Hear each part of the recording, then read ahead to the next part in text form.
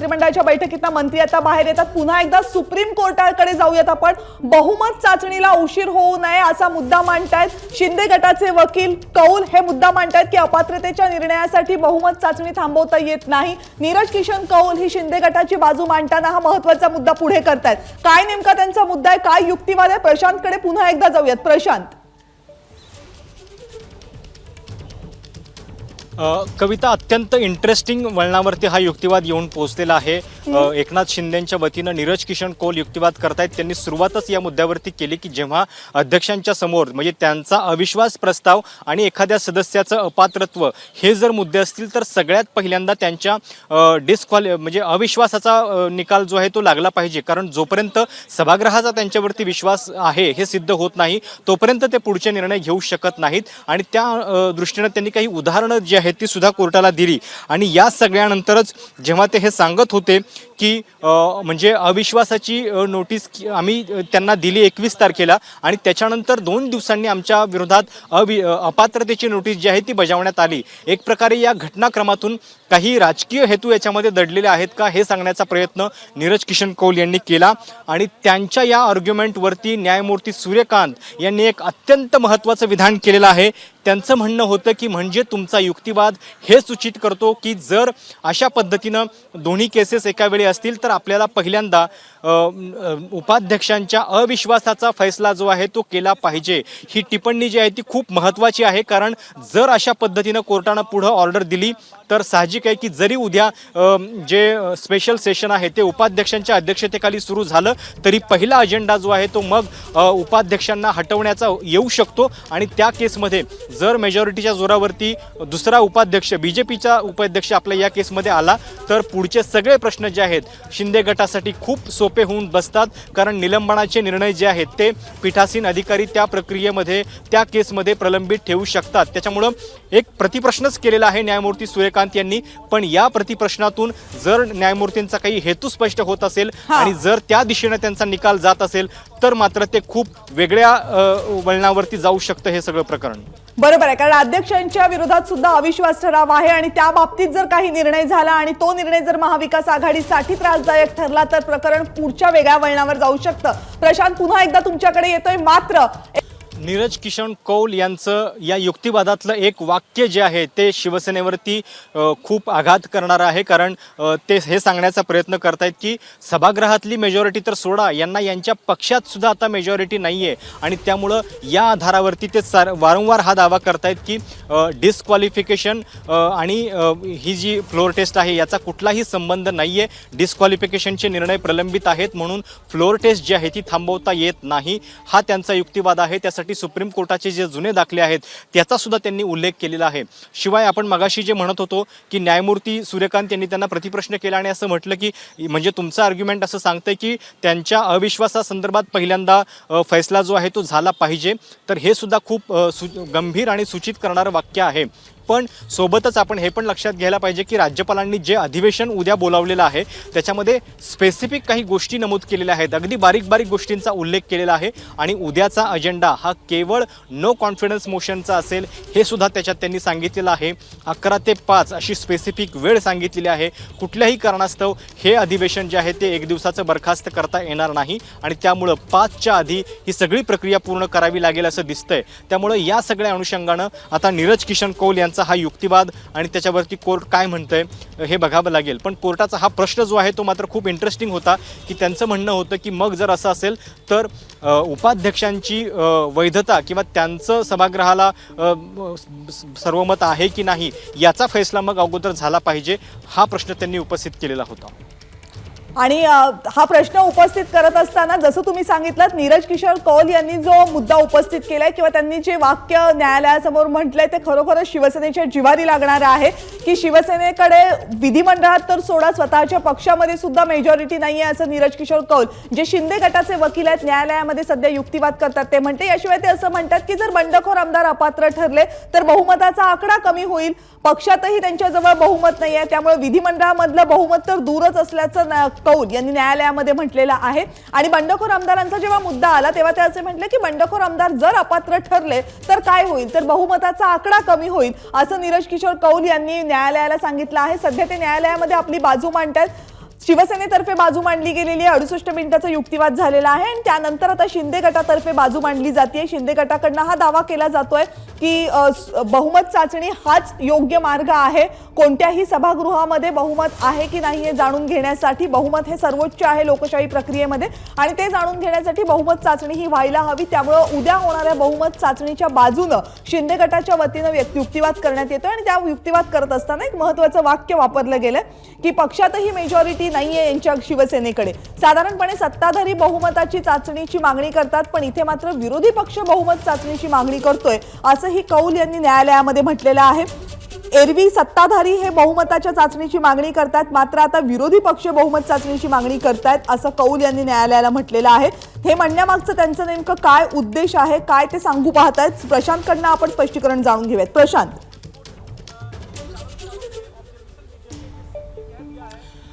साहजिक आहे की नीरज किशन कौल यांचा हा युक्तिवाद जो आहे तो खूप आक्रमक आहे आणि त्यांनी परत कोर्टाला हे पण सांगितलेलं आहे की अनेकदा सुप्रीम कोर्टामध्ये ही प्रकरणं येतात तेव्हा पक्ष बहुमताची चाचणी लवकर व्हावी यासाठी कोर्टाला धावाधाव करत असतात।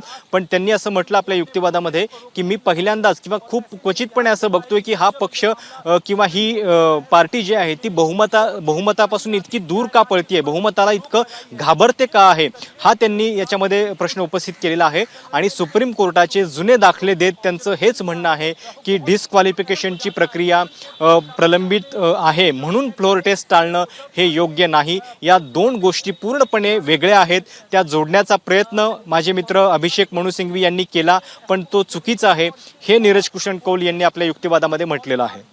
बरोबर आहे, म्हणजे नीरज किशोर कौल एक्झॅक्टली त्याच आर्ग्युमेंटवर त्याच युक्तिवादावर बोट ठेवतात जो युक्तिवाद अभिषेक मनु सिंघवी यांनी केला।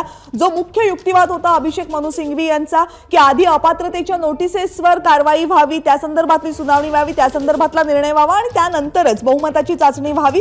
मात्र या दोघांचा काहीही संबंध नाहीये अपात्रतेच्या नोटिसीवर होणाऱ्या निर्णयाचा आणि बहुमताच्या चाचणीचा काही संबंध नाहीये। बहुमताची चाचणी होण्यासाठी अपात्रतेच्या नोटिसेसवर निर्णय होण्याची काही गरज नाहीये असा उलट दावा हा शिंदे गटाकडून केला जातोय। प्रकरण प्रलंबित असणं इतर प्रकरणाच्या आड येत नाही असं शिंदेंच्या वकिलांचा दावा आहे। असं असताना सुद्धा अपात्रतेच्या प्रकरणाचा दाखला का दिला जातोय असा मुद्दा शिंदेंचे वकील नीरज किशन कौल यांनी न्यायालयामध्ये आता मांडलेला आहे। प्रकरण प्रलंबित असणं हे इतर प्रकरणांच्या आड येत नाही असा मुद्दा आहे। प्रशांत, अभिषेक मनु सिंघवी यांनी मांडलेला जो कोर मुद्दा होता त्यातलाच खोडून काढण्याचा प्रयत्न वारंवार नीरज किशोर कौल यांच्या युक्तिवादातून होताना दिसतोय।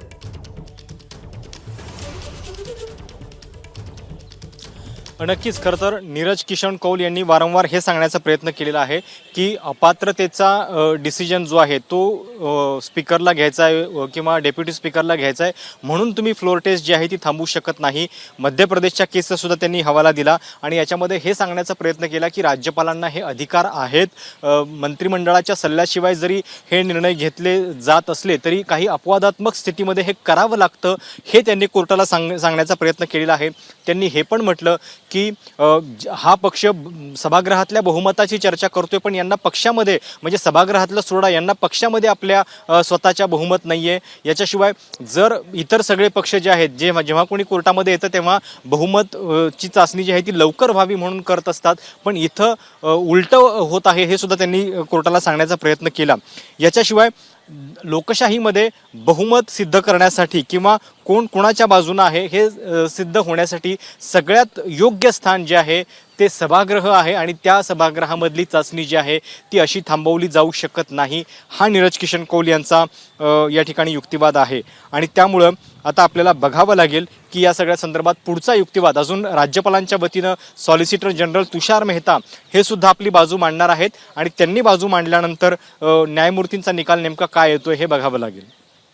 आणि त्यामुळं न्यायालयाचा निकाल काय येतो याकडे लक्ष असतानाच न्यायालयामध्ये काय युक्तिवाद केले जातात हे तितकंच महत्त्वाचं ठरते, त्याकडे लक्ष देणं।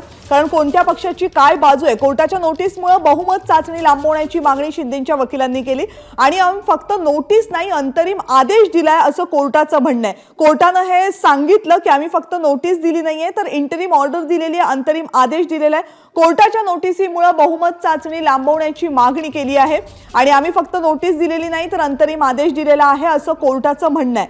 कोर्टाच्या सुनावणीमधली ही एक अत्यंत महत्त्वाची अपडेट म्हणावी लागेल आत्ताच्या घडीची.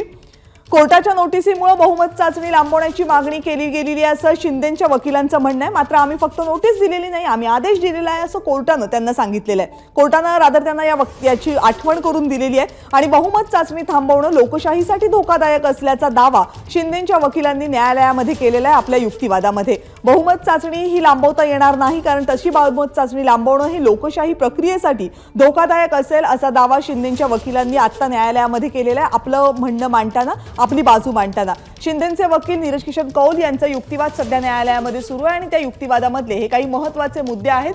बहुमतापासून का दूर पळताय असा एक महत्त्वाचा प्रश्न आपल्या आर्ग्युमेंट्स मधून ते न्यायालयासमोर ठेवतात आणि हा प्रश्न ते विचारतात शिवसेनेला, कारण शिवसेनेच्या वकिलांनी या अगोदर आपली बाजू मांडलेली आहे. शिवसेनेला त्यांच्या विधिमंडळामध्ये तर सोडा, स्वतःच्या पक्षातही मेजॉरिटी नाहीये असं म्हणत त्यांनी आपल्या युक्तिवादाला सुरुवात केली आणि बहुमतापासून का दूर पळताय. इतर पक्ष जेव्हा येतात तेव्हा त्यांची मागणी असते की बहुमताची चाचणी लवकरात लवकर घ्यावी. मात्र ही अत्यंत अपवादात्मक वेगळीच परिस्थिती दिसते जिथे बहुमताची चाचणी पुढे ढकलावी अशी मागणी केली जाते असं म्हणत नीरज किशन कौल यांनी आपल्या युक्तिवादाला सुरुवात केलेली आहे आणि बहुमताची चाचणी पुढे लोटणं हे लोकशाहीसाठी घातक असल्याचा दावा सध्या ते न्यायालयामध्ये करतात. घोडेबाजार जर रोखायचा असेल तर बहुमत चाचणी गरजेची आहे असंही शिंदेच्या वकिलांनी न्यायालयामध्ये म्हटलंय. पुन्हा एकदा प्रशांतकडे जाऊयात अपडेटसाठी. प्रशांत. नीरज किशन कौल हे सांगण्याचा प्रयत्न करतायत की राज्यपालांची कृती जर पूर्णपणे अतार्किक असेल, इररॅशनल असेल तर त्या संदर्भात आक्षेप घेतले जाऊ शकतात. पण इथं ते सांगण्याचा प्रयत्न करतायत की जर अशा पद्धतीनं अल्पमताचा दावा केला जात आहे एखाद्या सरकारबद्दल आणि त्याच्यानंतर जर राज्यपालांनी ही फ्लोर टेस्ट सांगितलेली आहे करायला, तर त्याच्यामध्ये एवढा आक्षेप घेण्यासारखं काय आहे हा त्यांचा प्रश्न आहे. आणि त्यांनी इतर कोर्टाच्या निर्णयांचा दाखला देत हे सांगायचा प्रयत्न केलेला आहे की जरी काही डिस्क्वालिफिकेशन संदर्भातले काही मुद्दे प्रलंबित असतील तरी सुद्धा सुप्रीम कोर्टामध्ये फ्लोर टेस्ट जी आहे ती थांबवली जाऊ शकत नाही. त्यामुळे हा एक अत्यंत महत्त्वाचा मुद्दा नीरज किशन कौल यांनी आपल्या युक्तिवादामध्ये समाविष्ट केलेला आहे. आणि राज्यपालांची कृती जी आहे ती अतार्किक कशी होऊ शकते या केसमध्ये हा सुद्धा त्यांचा प्रश्न आहे. काही इतर जे जजमेंट आहेत म्हणजे कर्नाटकामधलं जे प्रकरण आहे 2019चं, त्याच्यानंतर परमेश्वरची जी केस आहे, या सगळ्या प्रश्नांचा हवाला त्यांनी दिलेला आहे आणि त्यांचं म्हणणं हे आहे की जे काही इतर मुद्दे असतात ते नंतर डिसाईड होऊ शकतात. पहिल्यांदा फ्लोर टेस्ट जी आहे ती झाली पाहिजे. आणि त्यामुळं अभिषेक मनु सिंघवी जे मगाशी असं म्हणत होते की जोपर्यंत अपात्रतेसंदर्भातला मुद्दा निकाली निघत नाही, कारण या सगळ्या लोकांचं सदस्यत्व जे आहे ते त्याच वेळी धोक्यात आलेलं आहे ज्यावेळी त्यांना नोटीस बजावण्यात आलेली आहे आणि त्यामुळे त्यांना बहुमताच्या या चाचणीमध्ये सहभागी होऊ देऊ नये हा जो मुद्दा अभिषेक मनु सिंघवी मांडत होते त्याला पूर्णपणे खोडण्याचा प्रयत्न जो आहे तो नीरज किशन कौल यांनी केलेला आहे. आणि जवळपास 40-45 मिनिटांपासून ते सुद्धा युक्तिवाद करतायत. खूप लगातार म्हणजे अगदी मोठी सुनावणी जी आहे ती आपल्याला या ठिकाणी होताना दिसते आहे.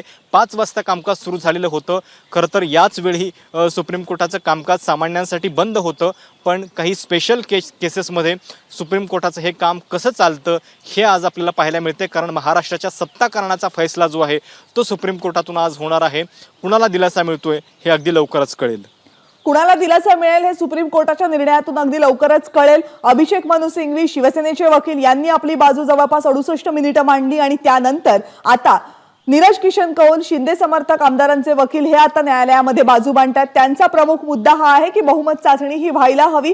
बहुमत चाचणी घेण्याचा निर्णय हा राज्यपालांना आहे, त्यांनी ती तशा प्रकारचे निर्देश दिलेले आहेत. बहुमत चाचणी पुढे ढकलता येऊ नये. अपात्रतेच्या नोटिसी संदर्भातला मुद्दा आणि बहुमत चाचणी या दोन वेगवेगळ्या गोष्टी आहेत. एक प्रकरण प्रलंबित असताना त्याचा संदर्भ दुसऱ्या प्रकरणाला देता येऊ शकत नाही असा दावा शिंदेच्या वकिलाकडून करण्यात येतोय. मात्र हाच महत्त्वाचा मुद्दा होता जो अभिषेक मनु सिंघवी यांनी आपल्या युक्तिवादामध्ये मांडला होता. अभिषेक मनु सिंघवी यांचं म्हणणं होतं की अपात्रतेच्या नोटिसेस बजावलेल्या असताना त्या नोटिसेसला उत्तर देण्यासाठी वेळ वाढवून दिलेली असताना जर बहुमताची चाचणी घेतली गेली तर ते पूर्णपणे न्याय्य होणार नाही. कारण हे आमदार जर पुढे अपात्र ठरले तर ते बहुमताच्या चाचणीमध्ये मतदानामध्ये कसा काय सहभाग घेऊ शकतात असा मुद्दा अभिषेक मनु सिंघवी यांनी मांडला. त्यामुळे थोडक्यात त्यांना असं म्हणायचं होतं की जोपर्यंत अपात्रतेच्या नोटिसी संदर्भात निर्णय होत नाही तोपर्यंत बहुमताची चाचणी ही पुढे ढकलण्यात घालण्यात यावी. मात्र हाच मुद्दा खोडून काढतायत सध्या शिंदे गटाचे वकील. नीरज किशोर कौल यांचं असं म्हणणं आहे की अपात्रतेची नोटीस, त्या संदर्भातली चाचणी, त्या संदर्भातली याचिका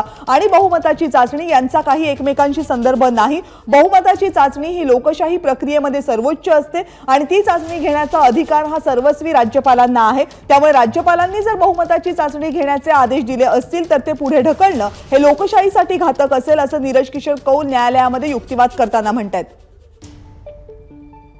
आणि या संदर्भातले आणखी अपडेट घेण्यासाठी पुन्हा एकदा प्रशांतकडे दिल्लीत जाऊयात. प्रशांत.